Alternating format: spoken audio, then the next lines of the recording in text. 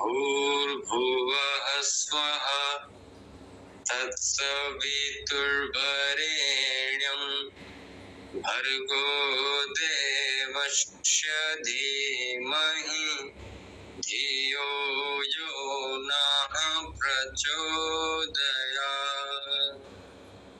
दोनों हाथ से दिलों का प्रदर्शन करें, नेत्र के ऊपर लगाएं, सामान्य अवस्था में बैठ जाए।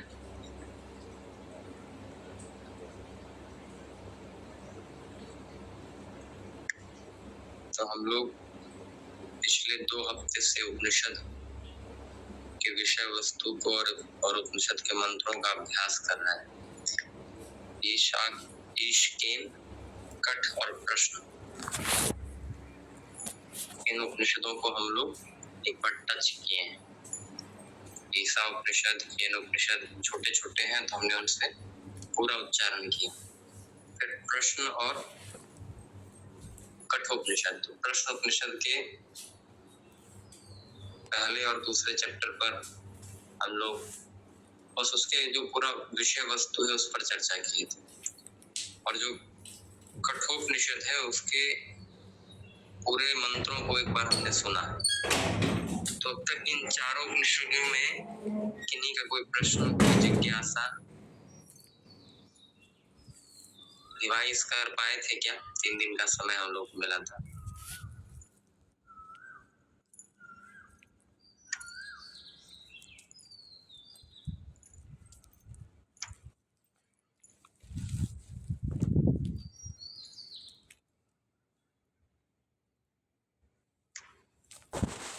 बताया करिए, बोला करिए, नहीं तो फिर हम लोग आगे बढ़ते रह जाएंगे और हम कुछ समझ नहीं पाएंगे, सीख नहीं पाएंगे। मेन सीखने के लिए ही यहाँ है।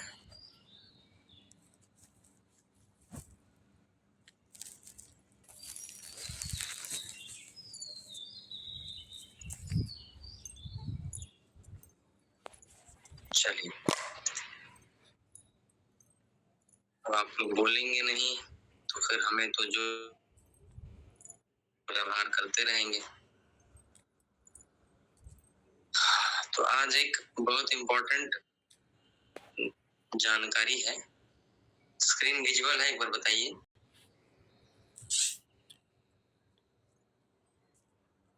जी सर। हमारे सिलेबस में एक बार जो उपनिषद हैं, चाहे वो प्रमुख उपनिषद हो या योग उपनिषद हो, तो वो किस किस वेद के अंतर्गत हैं उसका एक बहुत बढ़िया ये जानकारी है।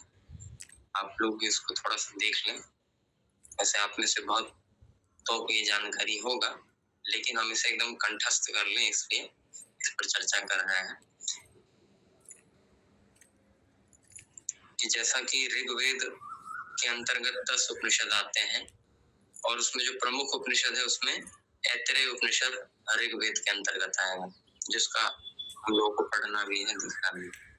और फिर अगला है योग उपनिषद में नाद बिंदु उपनिषद ऋग्वेद के अंतर्गत आता है। फिर यजुर्वेद में 2 शाखाएं हैं, कृष्ण यजुर्वेद और शुक्ल यजुर्वेद। तो जो कृष्ण यजुर्वेद है उसमें 32 उपनिषद है, और कृष्ण यजुर्वेद के अंतर्गत जो हमारे सिलेबस में है वो है कठोपनिषद, तैत्तिरीयोपनिषद, श्वेताश्वेतरोपनिषद, योग कुंडलिनी, योग तत्व और ध्यान बिंदु। क्लियर है? एक बार कोई एक व्यक्ति पढ़िए यजुर्वेद के कृष्ण शाखा के अंतर्गत जो हमारे सिलेबस में जो उपनिषद है, एक बार कृपया पढ़िए।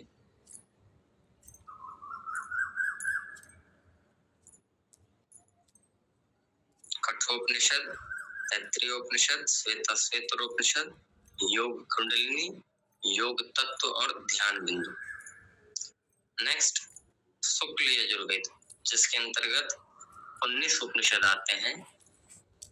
कृष्ण यजुर्वेद में 32 और शुक्ल यजुर्वेद में 19। तो ये जो शुक्ल यजुर्वेद है उसमें ईशा उपनिषद, बृहदारण्यक उपनिषद और त्रिशिखी ब्राह्मणोपनिषद योग उपनिषद है जो हमारे सिलेबस में। फिर है सामवेद।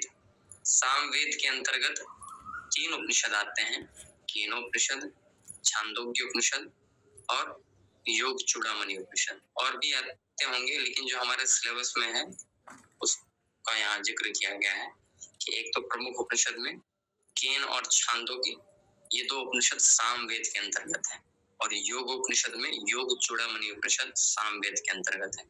इन जानकारियों को थोड़ा गौर से सुने। अगर कोई भी समस्या आए या कोई कंफ्यूजन आए तो जरूर बताइएगा। फिर अगला है अथर्ववेद। अथर्ववेद में प्रश्न उपनिषद, मुंडकोपनिषद और मांडुक्य उपनिषद, ये तीन प्रमुख उपनिषद ही हैं अथर्ववेद के अंतर्गत जो हमें पढ़ने हैं। बाकी हमारे सिलेबस का कोई भी योग उपनिषद नहीं है जो अथर्ववेद से जुड़ा हुआ है। ठीक है, क्लियर है? आगे बढ़ा जाए। सर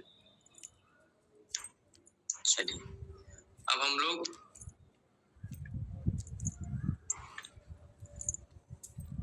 जो चीज कवर कर चुके हैं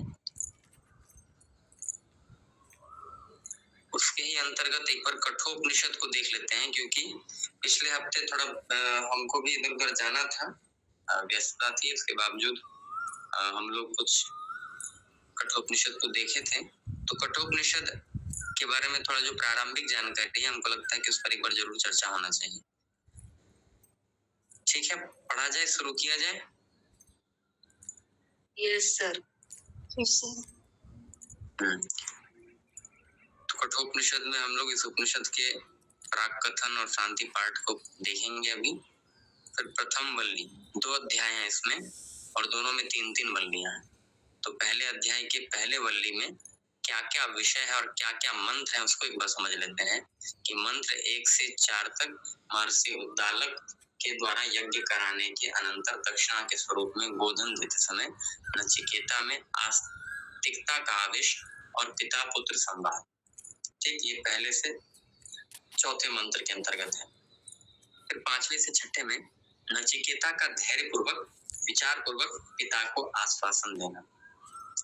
फिर 7वें और 8वें में नचिकेता का यमलोक जाना और यमराज पत्नी द्वारा यमराज से आतिथ्य सत्कार के लिए प्रार्थना। 9वां मंत्र यमराज द्वारा नचिकेता का सत्कार और 3 वर मांगने के लिए कहना, ये 9वें मंत्र में है। फिर 10वें और 11वें मंत्र में, इसको गौर करते चलिएगा, ये कई बार रेफरेंस पूछ दिया जाता है इसलिए हम इसको दोहरा रहे हैं कि नचिकेता द्वारा प्रथम वर में पितृ परितोष की याचना और यमराज द्वारा उक्त वर प्रदान करना। 10 और 11वें मंत्र में ही पहला वर जो पिता रूठ गए थे उनकी याचना और यमराज द्वारा उक्त वर प्रदान करना और यमराज उनको इस वर को प्रदान करता। फिर 12वें और 13वें मंत्र में नचिकेता दूसरा वर मांगते हैं कि जो स्वर्ग का साधन भूत अग्नि विद्या है उसकी जानकारी हमको दीजिए। फिर 15वें से 19 तक यमराज द्वारा फल सहित नचिकेत अग्नि विद्या का वर्णन। जब 12वें और 13वें मंत्र में नचिकेता यमराज से, यम आचार्य से स्वर्ग के साधन भूत अग्नि विद्या की याचना करते हैं,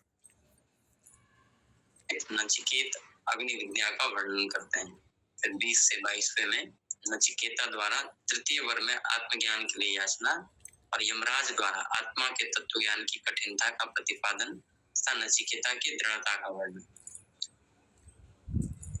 फिर 23 से 25 में है कि यमराज का नचिकेता को आत्म तत्व विश्व प्रश्न के बदले में भांति भांति के प्रलोभन है।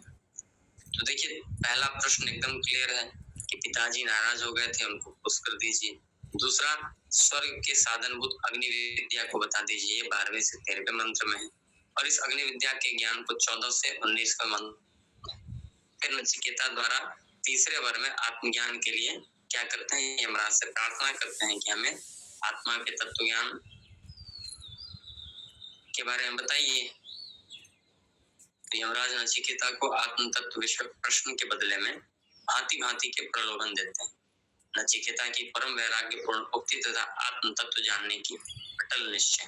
तो ये जो आत्म तत्व है ये हर उपनिषद में आ रहा है, अभी तक हम लोग जितने भी पढ़े हैं, तो हर उपनिषद में किस प्रकार से आत्म तत्व को बताया गया है और आत्मज्ञान के क्या क्या उपाय बताए गए हैं, इन सब पर गौर करते। द्वारा ब्रह्म विद्या के उपदेश का आरंभ और श्रेय प्रेय का विवेचन, ये पहले और दूसरे मंत्र में। फिर तीसरे से छठे में आत्मविद्या विलासी नचिकेता के वैराग्य की प्रसन्नता तथा अविद्या में रचे पचे मनुष्यों की दुर्दशा का कथन। अगर आप देखेंगे तो अविद्या का भी वर्णन आपको इससे पहले के उपनिषदों में भी मिल जाता है कि ईशा उपनिषद में, केन उपनिषद में, ठीक प्रश्न उपनिषद में भी इम्प्लिसिट रूप से।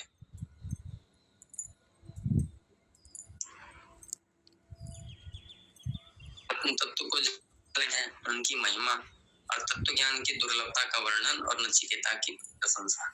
फिर 10वें और 11वें मंत्र में है यमराज द्वारा अपने उदाहरण से निष्काम भाव की महिमा का वर्णन एवं नचिकेता की निष्कामता का वर्णन और ब्रह्म परमात्मा की महिमा, ये 12 और 13वें मंत्र में। फिर 14 का सर्वातीत तत्व विषयक प्रश्न और फिर 15 से 17वें में यमराज द्वारा ओमकारोपदेश, नाम नामी का अभेद निरूपण और नाम की महिमा। इस रेफरेंस को ध्यान रखेंगे।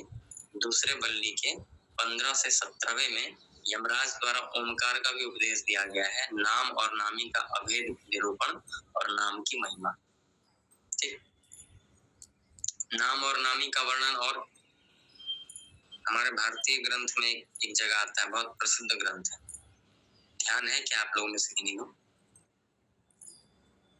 नाम नामी, नाम की महिमा,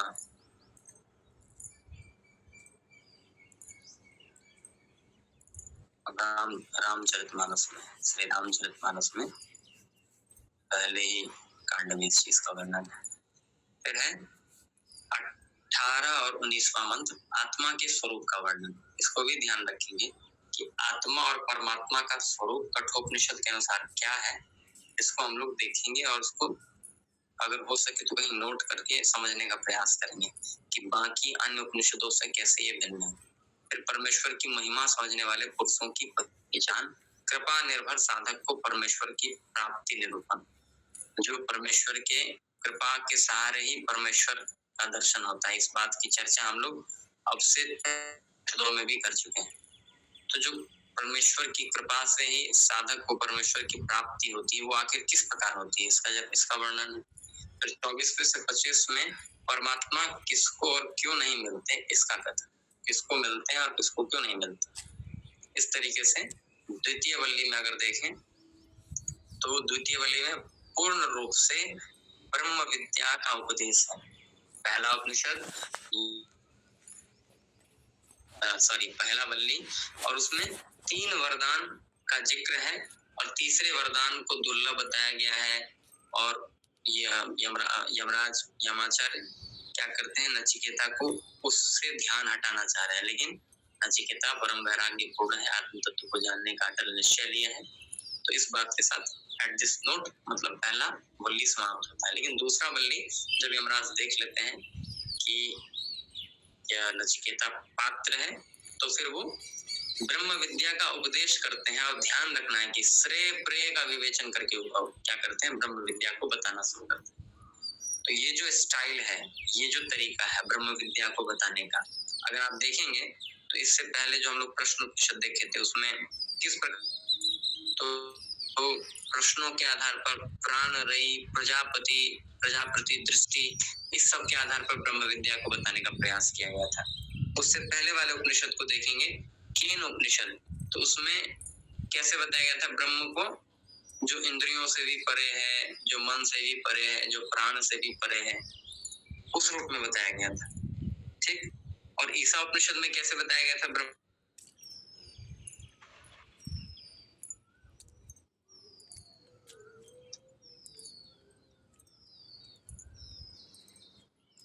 अधिक समय मत लीजिए, जो भी पता है बताइए।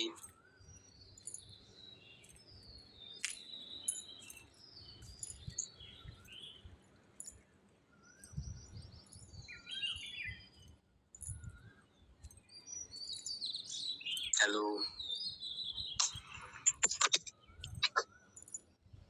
सर तत्व रूप ज्ञान का निरूपण किया था।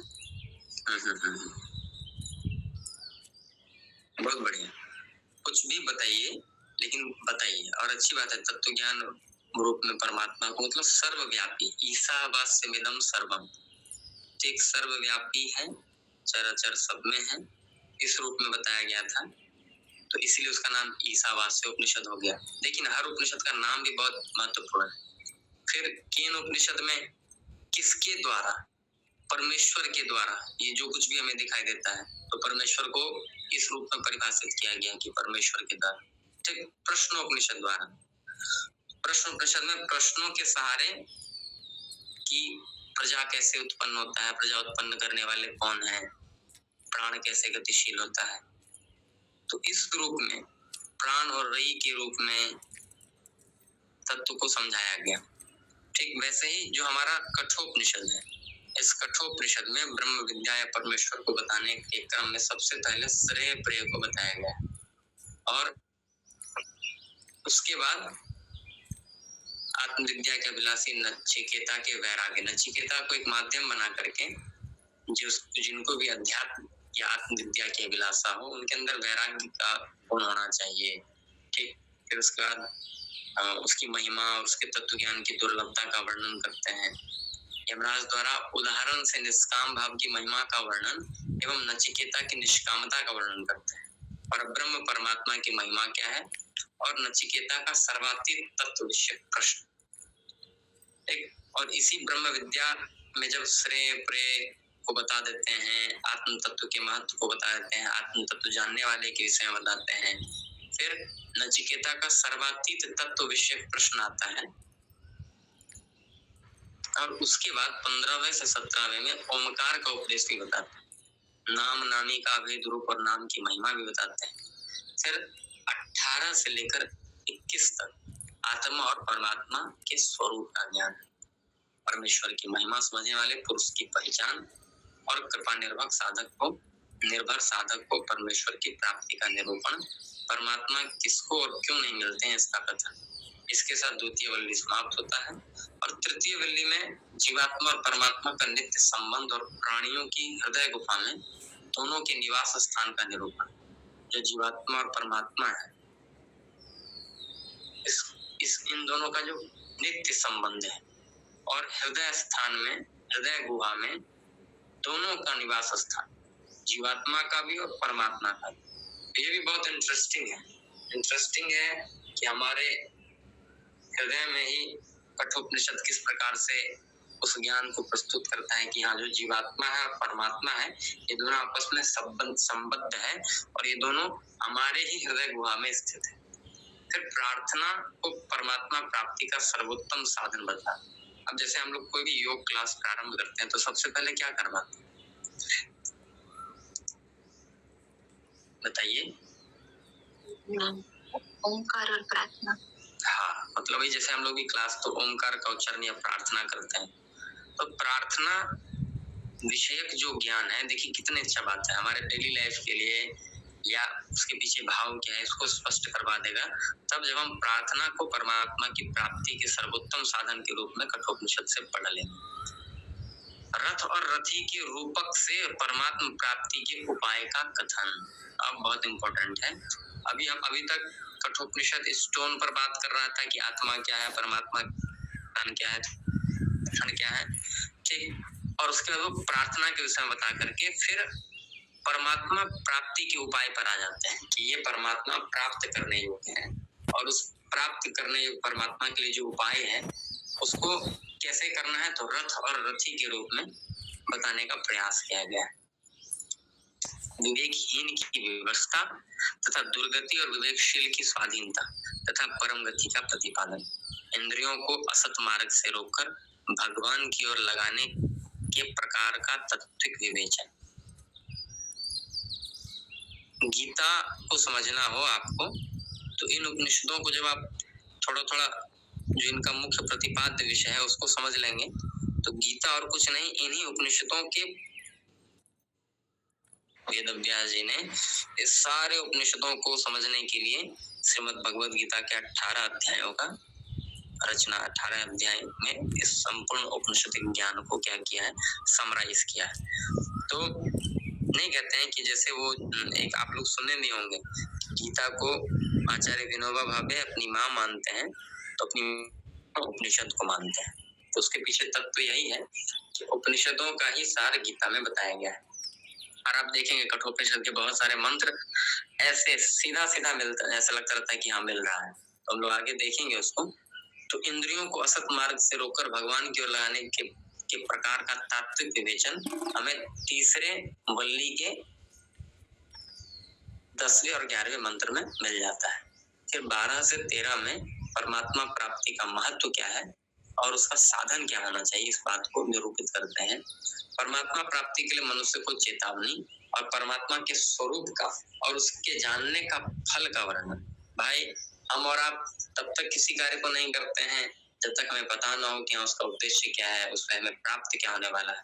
तो परमात्मा प्राप्ति के लिए क्या क्या महत्वपूर्ण चेतावनी है और परमात्मा का स्वरूप क्या है जिसको हम और प्राप्त करना चाहते हैं और उसे जानने का फल क्या है, इसका वर्णन है। उपयुक्त उपदेश में आख्यान के श्रवण और वर्णन का फल सहित महत्व। ठीक। द्वितीय अध्याय के प्रथम वल्ली में परमेश्वर के दर्शन में इंद्रियों की बहिर्मुखता ही विघ्न है, इस बात का जिक्र पहले मंत्र में आता है। फिर दूसरे में अविवेकी और विवेकियों का अंतर, कि जो विवेकी हैं और जो अविवेकी हैं उनके बीच अंतर क्या है। फिर तीसरे से 5वें में जिनकी कृपा शक्ति से इंद्रियां और अंतःकरण अपना अपना कार्य करते हैं, उन सर्वव्यापी सर्वशक्तिमान परमेश्वर के ज्ञान से शोक निंदा आदि सब दोषों की निवृत्ति का कथन मिलता है। फिर 6 से 9वें मंत्र में जगत के कारण रूप परब्रह्म अदिति देव अग्नि और सूर्य के स्वरूप में वर्णन। जगत के कारण परब्रह्म अदिति देवी अग्नि और सूर्य के रूप में वर्णन। अभी इससे पहले उपनिषद हम लोग प्रश्न उपनिषद पढ़े थे, तो आप लोग थोड़ा थोड़ा रिलेट करके हम लोग को पढ़ना है। हम सब इस बात को गौर करें कि जैसे वहां जगत या प्रजा का कारण कौन है, प्रजापति है। और प्रजापति कैसे, तो संकल्प और जड़ तत्व। तो प्रजापति में प्राण और रई इन दोनों को उत्पन्न करके इससे सारा सृष्टि करते हैं, जगत का कारण बनते हैं।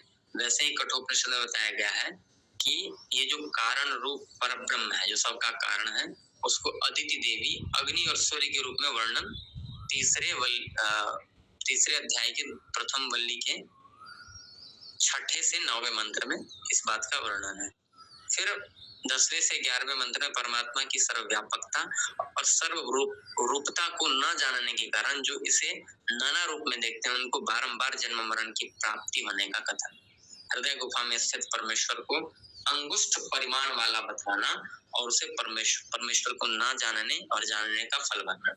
आप देखेंगे कि अभी पहले ही अध्याय के तीसरे वल्ली में जीवात्मा और परमात्मा का नित्य संबंध है और वो हमारे हृदय में स्थित है, ये उसका निवास स्थान बताया गया और दोनों का संबंध बताया गया। लेकिन तीसरे ही वल्ली के दूसरे ही चैप्टर के तीसरे वल्ली में हमें उसका परिमाण बताया जाता है, मतलब उसका लेंथ क्या है, साइज क्या है, उसकी कल्पना कैसे करेंगे। ठीक है, उसको तेज रूप में करेंगे, ज्योति रूप में करेंगे, तो अंगुष्ठ परिमाण वाला बतलाते हैं और उस परमेश्वर को जानने ना जानने के फल का वर्णन। फिर दूसरे चैप्टर के दूसरे वल्ली में जो पहला मंत्र है उसमें परमेश्वर के ध्यान से शोक निवृत्ति तथा जीवन मुक्ति और विदेह मुक्ति का निरूपण है। ऐसे योग दर्शन में हम लोग ध्यान पढ़ते हैं ना, किस चैप्टर में है, किस पाद में है ध्यान का वर्णन, किस पादों में है, किन पादों में है योग दर्शन के। समाधि पाद साधन, समाधि पाद में केवल पाद समाधि पाद। वैसे तो पूरा योग दर्शन ही संयम ध्यान का वर्णन मिलता है। ध्यान हेयास तद्वृत्तयः किस पाद में है, क्या है इसका रेफरेंस, आप में से कोई बताएंगे क्या कृपया।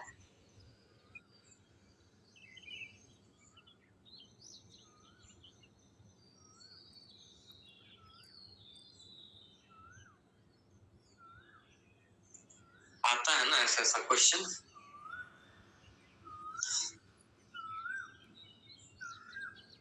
क्वेश्चन जो इस तरीके का पूछा जाता है, लोग योग दर्शन हो गया है क्या अभी एकेडमी में?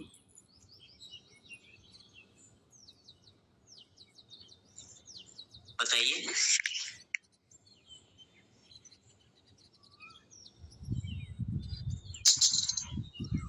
योग दर्शन अभी पढ़ाई हो गई है या होना बाकी है अभी एकेडमी में? बताते नहीं आप लोग, समय अधिक लेते हैं। या तो हम फिर पूछना ही बंद कर दें, बस आए क्या है कि निकल लें।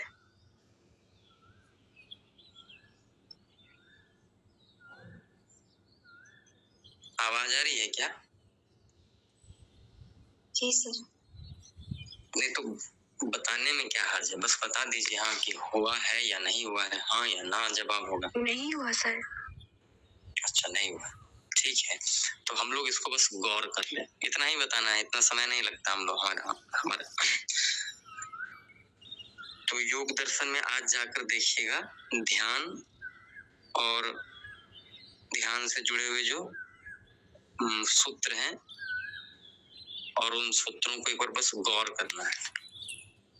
हम लोग ये क्लास इंटरेक्टिव रखना है, ये इसको क्लास कम और आपस में एक सीखने का, चर्चा परिचर्चा करने का ज्यादा क्रम रखिए। उससे क्या होगा, हम लोग सिलेबस को कैसे एक्सप्लोर करें वो भी सीख जाएंगे और मंत्रों का भी अभ्यास होता चला जाएगा। इसीलिए हम पूछ लिया करते हैं या इस तरीके से। तो ध्यान का वर्णन द्वितीय वल्ली में मिलता है कि परमेश्वर के ध्यान से कैसे शोक निवृत्ति होती है, जीवन मुक्ति होती है। फिर दूसरे वल्ली के दूसरे से चौथे मंत्र में परमेश्वर की सर्वरूपता और सर्वत्र परिपूर्णता का प्रतिपादन है।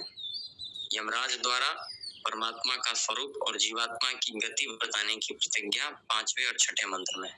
7वें में जीवात्मा की गति का प्रकरण है और 8वें से 11वें में परमेश्वर के स्वरूप का वर्णन तथा अग्नि, वायु और सूर्य के दृष्टांत से परमेश्वर की व्यापकता और निर्लेपता का कथन। समस्त प्राणियों के अंतर्यामी सर्वशक्तिमान परमेश्वर का अपने हृदय में दर्शन करने वाले को परमानंद और परम शांति की प्राप्ति का निरूपण। उक्त परमानंद की प्राप्ति किस प्रकार होती है यह जानने के लिए नचिकेता की उत्कंठा। यमराज द्वारा परब्रह्म की सर्व प्रकाशकता का प्रतिपादन कि कैसे परमेश्वर सबका प्रकाशक है। फिर कठोपनिषद के दूसरे चैप्टर के तीसरे और अंतिम वल्ली में संसार रूप अश्वत्थ वृक्ष का वर्णन। ठीक, अश्वत्थ वृक्ष किसको कहते हैं?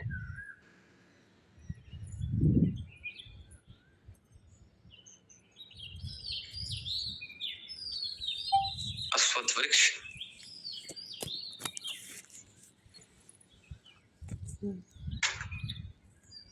अश्वत्थ वृक्ष संभवतः पीपल के पेड़ को कहते हैं। आप में से कोई बता पाएंगे क्या, है क्या किन्हीं को जानकारी?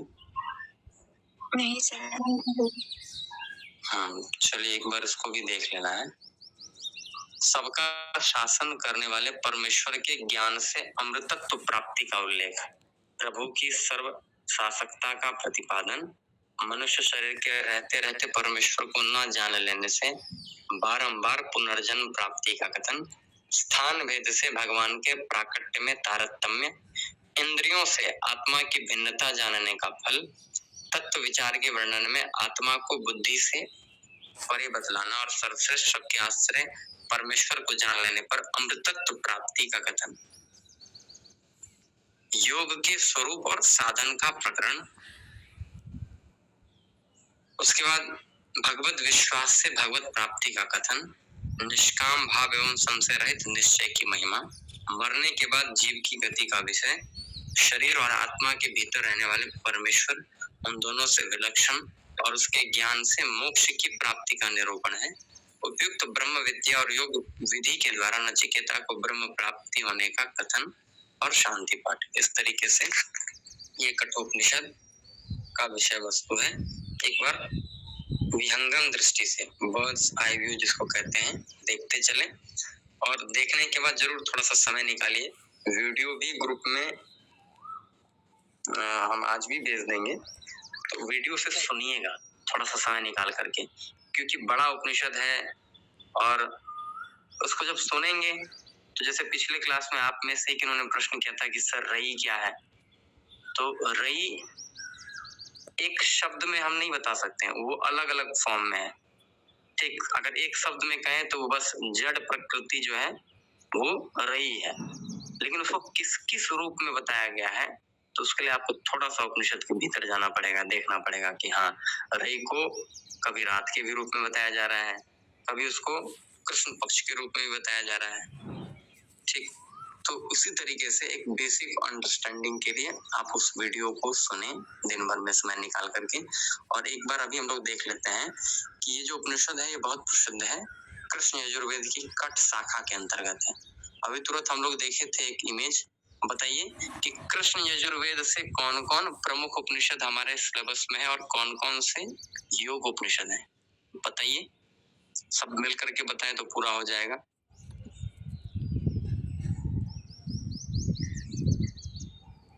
कठोपनिषद से हमारे सिलेबस में कौन कौन से प्रमुख उपनिषद हैं?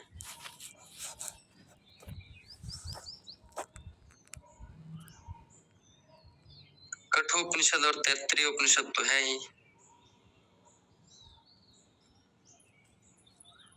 सर कठ तैतरीय श्वेत योग योग तत्व उपनिषद और नादबिंदु उपनिषद और योग तत्व उपनिषद, योग तत्व उपनिषद, श्वेताश्वर उपनिषद, कठोपनिषद, तैतरीय उपनिषद और नादबिंदु उपनिषद, और एक रह गया कौन सा, तो योग करके योग कुंडलिनी उपनिषद, योग कुंडलिनी उपनिषद, योग कुंडलिनी, योग नाद बिंदु शायद ऋग्वेद से, एक बार कंफर्म करिए। नाद बिंदु क्या, ध्यान बिंदु सर, ध्यान बिंदु है इसमें, ध्यान बिंदु, हाँ, ध्यान बिंदु उपनिषद, कृष्ण यजुर्वेद से, कृष्ण। ठीक, तो ऐसे करना है ताकि रिपीट जितना करेंगे याद होगा। शांति पाठ इसमें बहुत ही बढ़िया है, क्लास के अंत में हम लोग उसी शांति पाठ को करेंगे, जिसका भावार्थ यही है कि हम सब मिल करके बिना आपस में द्वेष विद्वेष किए एक आगे बढ़े, चीजों को सीखें। प्रथम वल्ली के अंतर्गत आ जाता है सच्चिदानंद परमात्मा के नाम का स्मरण, फिर दक्षिणा के रूप में देने के लिए गौ दे रहे थे, ये स्टोरी है जो भी हम लोग पढ़े हैं।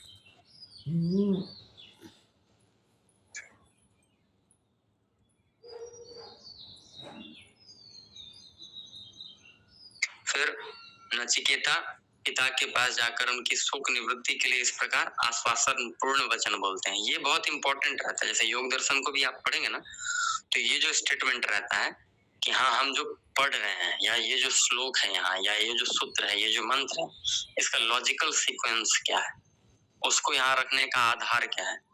तो फिर देखिए कि जब पिताजी गाय दे रहे थे, क्या कर रहे थे कि जो बूढ़ी गाय थी वो दे रहे थे, तो फिर वो जाकर के पूछते हैं उनकी शोक निवृत्ति के लिए कि भाई, आपके पूर्वज पितामह आदि जिस प्रकार आचरण करते आए हैं उस पर विचार कीजिए, दूसरे श्रेष्ठ लोग जैसा आचरण करना है उस पर भी दृष्टिपात कर लीजिए, फिर आप अपने कर्तव्य का निश्चय कीजिए। यह मरण धर्मा मनुष्य अनाज की तरह पकता है, अर्थात जरा जीर्ण होकर मर जाता है, अनाज की भांति ही पुनः उत्पन्न हो जाता है। तो कितनी अच्छी बात है, यहाँ अनाज से मरण धर्मा मनुष्य की चर्चा है। ठीक, अब यहाँ देखिए कि फिर अगले मंत्र का क्या है, तो हे सूर्यपुत्र स्वयं अग्नि देवता ब्राह्मण अतिथि रूप में, नहीं, वैश्वानर प्रविश्य अतिथि ब्राह्मणों गृहान तस्य स्वाम शांतिम कुर्वन्ति हर वैवस्वतोदकम। तो इसका उच्चारण है, जब वीडियो को एक बार सुनेंगे तो बस दिमाग में सेट हो जाएगा हमारे, या एक बार एक बेसिक आइडिया मिल जाएगा, क्योंकि सब सारा श्लोक हमारे काम का है नहीं, फिर जो श्लोक हमारे काम का है उसको क्या करना है। तो आज एक काम करेंगे हम लोग, इम्पोर्टेंट काम करेंगे, इसको गौर से देखिएगा कि काम करेंगे तभी ये चीज क्लियर हो पाएगा। जैसे कठोपनिषद है, तो डेफिनेशन ऑफ योग, तो ये कौन सा मंत्र है, किस वल्ली में है, इसको एक जगह नोट कर लेना है। Nature of soul.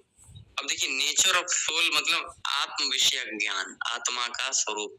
तो आप देखेंगे कि मतलब वैसे तो इस वल्ली में भी आया है जो हम लोग पढ़ रहे थे कि परमेश्वर का स्वरूप, आत्मा का स्वरूप। तो वो एक बार क्या करना है, हमें कंटेंट को देखना है कि कहाँ कहाँ आत्मा का स्वरूप है, कहाँ कहाँ परमात्मा का स्वरूप है, और जो जो मंत्र है उसको क्या करना है, एक जगह नोट कर लेना है। समझ में आ गया? हाँ या ना?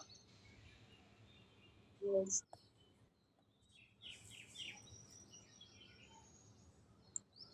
हेलो। जी सर। और फिर है इम्पोर्टेंस ऑफ सेल्फ रियलाइजेशन। जो आत्मज्ञान का क्या महत्व है, इसका वर्णन कठोपनिषद के अंतर्गत मिल जाता है और हमारे सिलेबस में है सेल्फ रियलाइजेशन। तो अगर आप देखें, थोड़ा सा अगर गौर करें, तो हम आपको बता देते हैं कि किस तरीके से इसको अप्रोच करना है।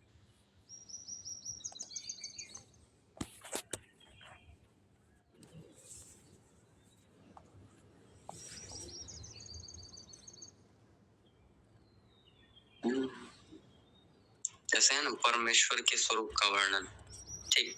फिर जीवात्मा की गति का प्रकरण। अब देखिए, यहाँ है ना आत्मा के स्वरूप का वर्णन। तो नेचर ऑफ सोल में ये जो 18वां और 19वां मंत्र है, इसको थोड़ा और गौर से देख लेना है। और उसी आत्मा से परमात्मा जुड़ा हुआ है, तो परमेश्वर के स्वरूप का वर्णन है, ठीक। तो इस तरीके से एक बार सिलेबस और एक बार उस उपनिषद का विषय वस्तु और विषय वस्तु से जुड़ा हुआ जो मंत्र है उसको गौर करते चलना है। ठीक है, ये क्लियर है? आज हम लोग इसको नोट कर लें। नोट करेंगे क्या? ठीक सर।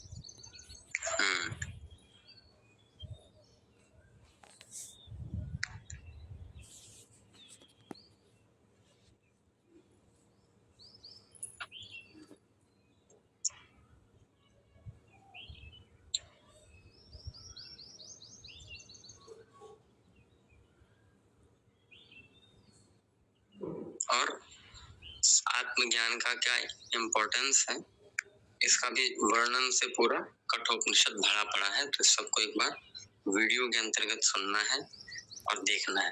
अंत में हम लोग आज के सत्र में कठोपनिषद के शांति मंत्र को एक बार उच्चारण करेंगे, ठीक। आइए, शांति मंत्र। ओम सहनाववतु। करिए उच्चारण।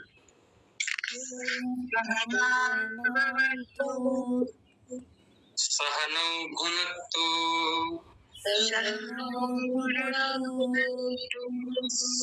वीर्यं करवावहै।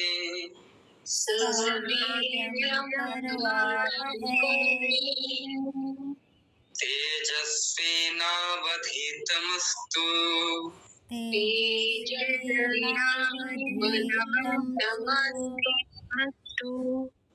मा विद्विषावहै।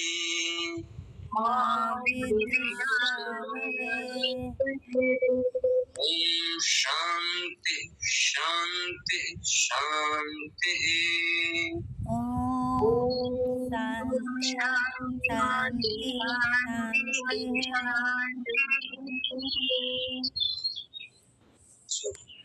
धन्यवाद। आप सब वीडियो को एक बार पुनः हम ग्रुप में डालते हैं, उसको समय निकाल करके एक बार सुनना है। किसी मंत्र का उच्चारण अच्छा लगे या कोई मंत्र इम्पोर्टेंट लगे, उसका उच्चारण आप नहीं कर पा रहे हैं, तो एक बार क्लास में उसको पूछिएगा, कल की क्लास में। तो हम लोग यहीं तक रखते हैं। बात स्पष्ट है, आज क्या क्या करना है, हम लोग क्या क्या कवर किए, एक बार बस ब्रीफ में चर्चा कर लेते हैं। सबसे पहले हम लोगों ने जो भी हमारे चारों वेद के अंतर्गत हमारे सिलेबस में जो उपनिषद हैं उनको एक बार देखा है, और उससे जुड़ा हुआ एक इमेज हम ग्रुप में भी डाले हैं। तो उस आधार पर हम देख लें कि हमारे सिलेबस में कौन कौन से उपनिषद किस वेद से जुड़े हुए हैं। पहली बात। दूसरी बात, हम लोगों ने कठोपनिषद के पूरे विषय वस्तु को एक बार गौर किया। इससे जुड़ा हुआ काम है कि विषय वस्तु को गौर किया अब उसका वीडियो हम आज भी ग्रुप में डाल देते हैं, तो उस कठोपनिषद को सुनना है, सुनते चलना है। ये दूसरी बात है। तीसरी बात कि जो हमारे सिलेबस में एक बार पुनः देख लीजिए, जितने बार देखेंगे सिलेबस को हम लोग उतना ही क्लियर होगा कि हमें करना क्या है। तो ये जो है देखिए, जैसे कठोपनिषद, तो definition of yoga, nature of soul, importance of self realisation, तो अपनी अपनी समझ के अनुसार हमें जैसे ही उस विषय वस्तु को पढ़ेंगे तो हमें दिख जाएगा कि हाँ, ये श्लोक या ये मंत्र आत्मा के स्वरूप को बता रहा है। ये डेफिनेशन ऑफ योग का जैसे आया था वर्णन, तो वहां का मंत्र नोट कर लेना है। और इम्पोर्टेंस ऑफ सेल्फ रियलाइजेशन, ये तो हर वल्ली में मतलब पहली वल्ली के बाद सभी वल्लियों में बताया गया है, तो उसको एक बार देख लेना है। सारा नोट नहीं भी हो पाएगा तो हम देख लेंगे, लेकिन जो डेफिनेशन ऑफ योग है और नेचर ऑफ सोल है, इसका तो एकदम एक्सप्लिसिटली लिखा हुआ है, इसको नोट कर लेंगे। तो ये 3 काम हम लोग को करना है। क्लियर है तीनों काम? जी सर। कल करके लाएंगे। Yes sir. हाँ, और किस मंत्र को जब सुनेंगे या मंत्र को लिखेंगे तो उस मंत्र में कहीं कोई दिक्कत आए, कुछ भी कोई भी समस्या है उपनिषद पढ़ते हुए आपको, तो आप ग्रुप में बेहिचक डाल दिया करिए, जब भी आप पढ़ते हैं, जब भी आपको समय मिलता है। क्योंकि हो सकता है सुबह का क्लास हमारे पास लगभग 40-45 मिनट का होता है, तो उसमें उतना समय नहीं मिल पाता है। तो आप जब भी पढ़ते हैं, आपके मन में कोई भी जिज्ञासा आती है तो आप ग्रुप में डाल दिया करिए। क्लियर? चलिए, बहुत बहुत धन्यवाद। सबका दिन शुभ हो, मंगलमय हो, और क्लास को बेहतर बनाने के लिए अपना सुझाव जरूर दिया करिए कि हाँ, हम लोग ऐसे कवर कर सकते हैं इस तरह।